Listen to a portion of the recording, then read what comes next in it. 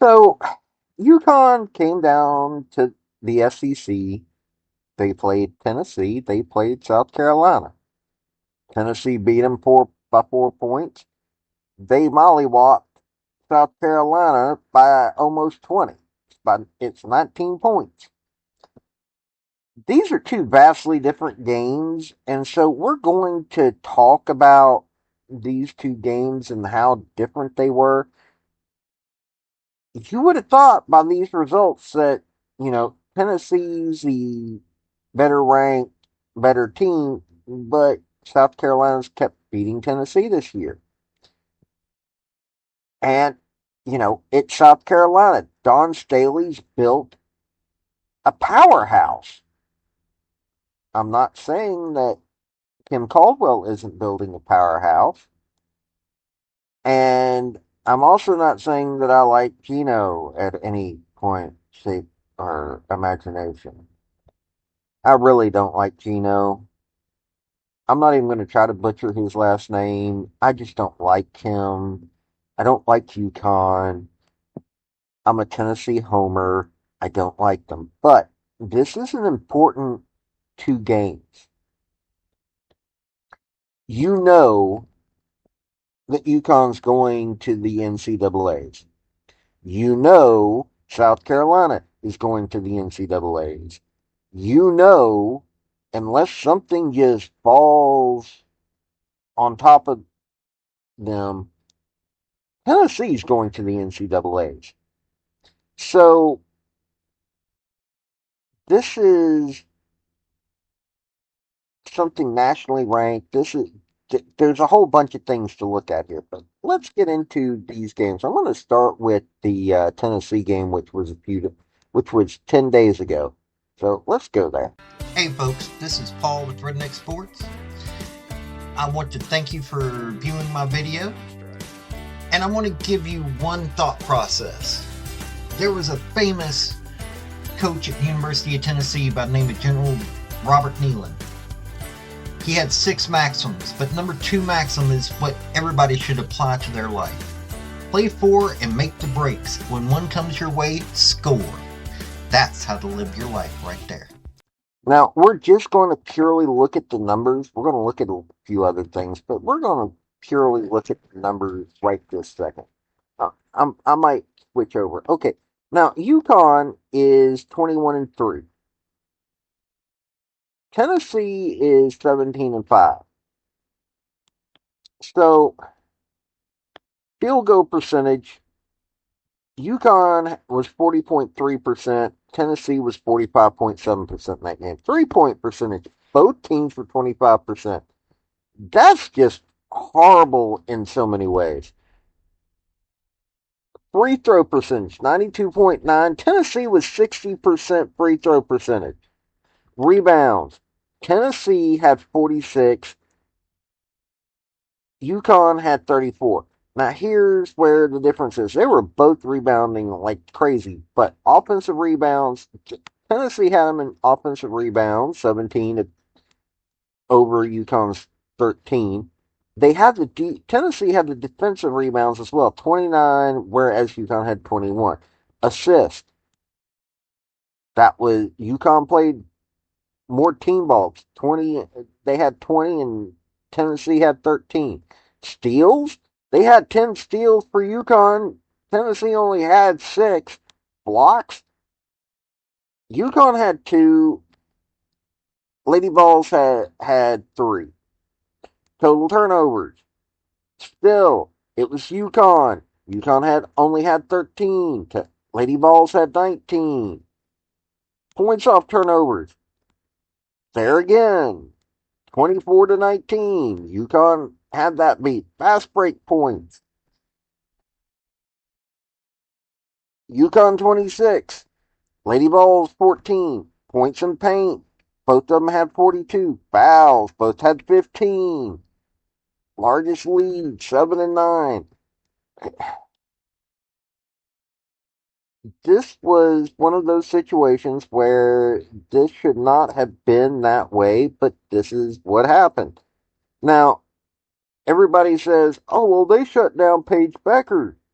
and they had to rely on Strong.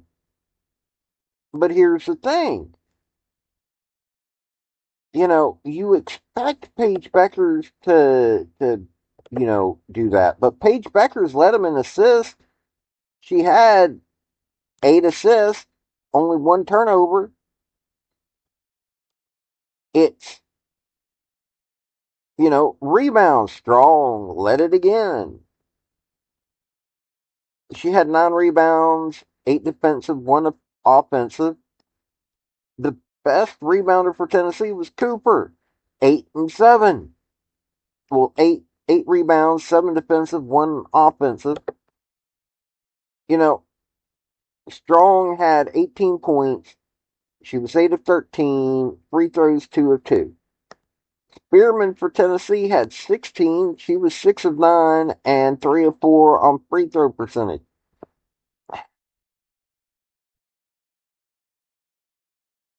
The ladies for Lady Vols were, not doing as good, but well, you see what's going on. And this is a team that in conference play is 6 and 6. They're 5.5 games behind Texas. Right now, Texas is in the lead in the conference, and they ain't gonna get. Oh, pardon me. At the time of the game, they were 17-5. Now they're 19-6. Whereas UConn's 14-0 in their conference. Creighton's right behind them. Guess who their losses to? They're 24-3 overall. Creighton's 21-4. The Big East is not even a like after Creighton and UConn. Okay, Seton Hall's decent, Marquette's decent, but Villanova is 15-11.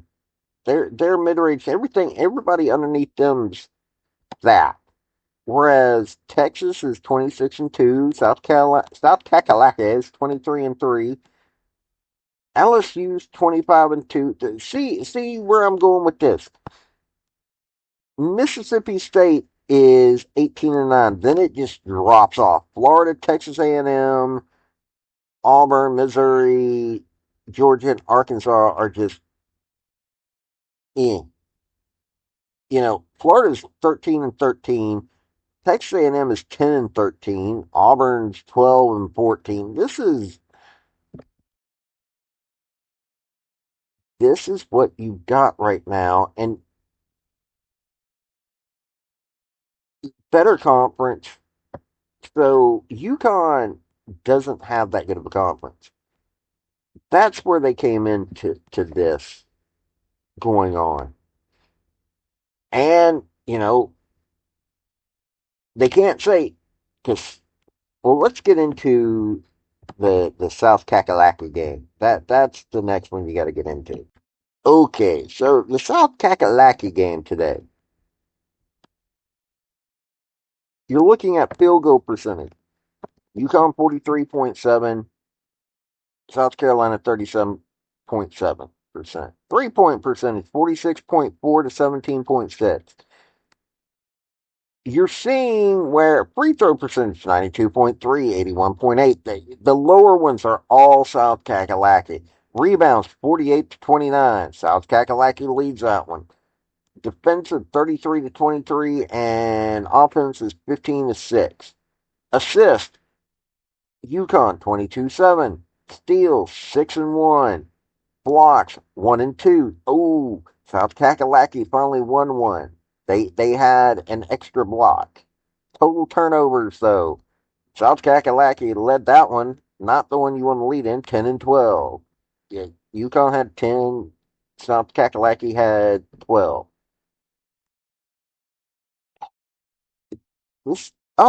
And points off turnovers. South Kakalaki only had 4 points off turnovers, whereas UConn had 13. Fast break points 31-12. Oh, they had both tied in points in paint 36 and 36. Fouls 14 and 10. This is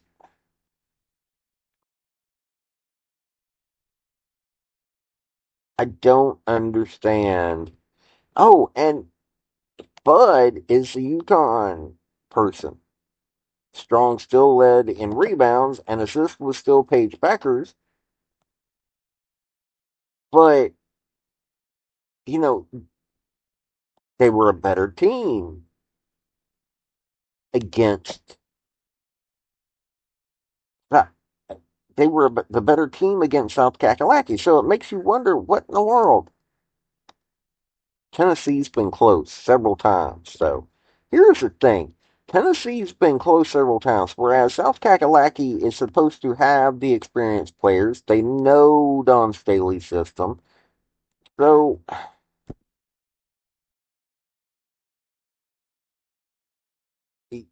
I, this is just an odd thing. It really is. Staley squad had, the last time they had lost at Colonial Life Arena was December 2020, two national titles ago.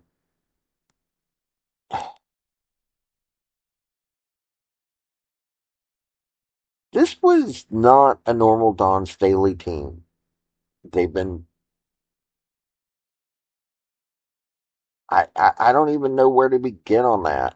UConn had lost to Notre Dame, USC, and Tennessee. They had lost to the big programs. So this was unexpected. I don't even know, where to go on this one. Now look, Kim Caldwell has been getting her team where it needs to be. She's been getting her system implemented. We know that she can be a winning coach. You saw what she did with Marshall. So her coming in here, everybody knew that she was going to have a chance on doing this. But here's what how does this happen? I mean, don't get me wrong. Tennessee, like I said, Tennessee had been playing close. It wasn't like they were getting blown out or anything. But how do you blow out? How does UConn blow out South Kakalaki? Paige Becker's the person everybody says is like the amazing player has been having an off year. Gino's a horrible coach anyway, so he's probably done this to her. Uh, and he's blaming her, which automatically tells you them having 11 national titles. I'm not even okay. The dislike of UConn and Gino. Okay, yeah, sure. But you look at Bud, you look at Strong. Beckers is still, a ball general. She's still on the court general. She's just not able to score. Could it be because for injury?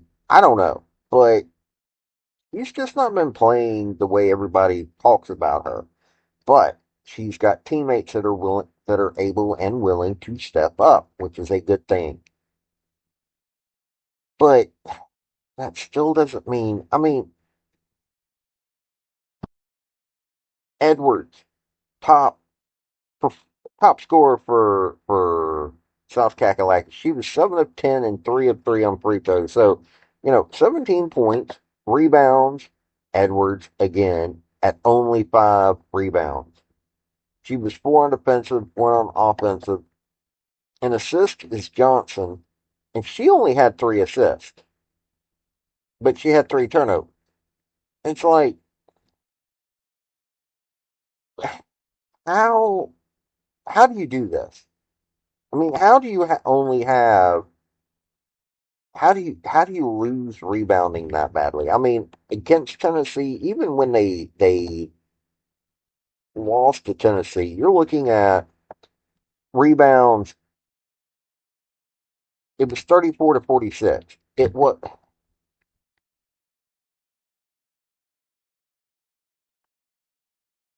You don't, you can't do that. Now, maybe it's something Gino said, hey, you're playing different caliber teams. You need to do this better. I just don't know. But that's the thing. This is one of those situations where you got to figure out that, Gino still, as much as I dislike the man, uh, he's still a good coach. I'll admit that. He's still, you know, as much as I've got a dislike for him, but does that mean that, South Kakalaki is going to have to do something different? Or is it, you know, they just had an off game? I mean, don't get me wrong. They're 23-3. It's not like this is a destroying their year. They're still going to, they are most likely going to be at least a number two seed. I seriously, they're going to be a two seed at least. If you can't tell me anything different on that. I mean, with the rankings and everything the way they are, they're going to be a two seed. But this is just a wild thing to look at because you see what they did against Tennessee, you see what they did against South Kakalaki. It's just like, wow, so many differences. And I've been bending your ear all this time. I want to thank you for listening. This has been Paul with Redneck Sports. Hey, hit like or subscribe if you don't mind. Y'all have a good day now. Bye. I want to thank you for watching my video. And if you like what you saw, like, subscribe, and comment. Y'all have a good day now.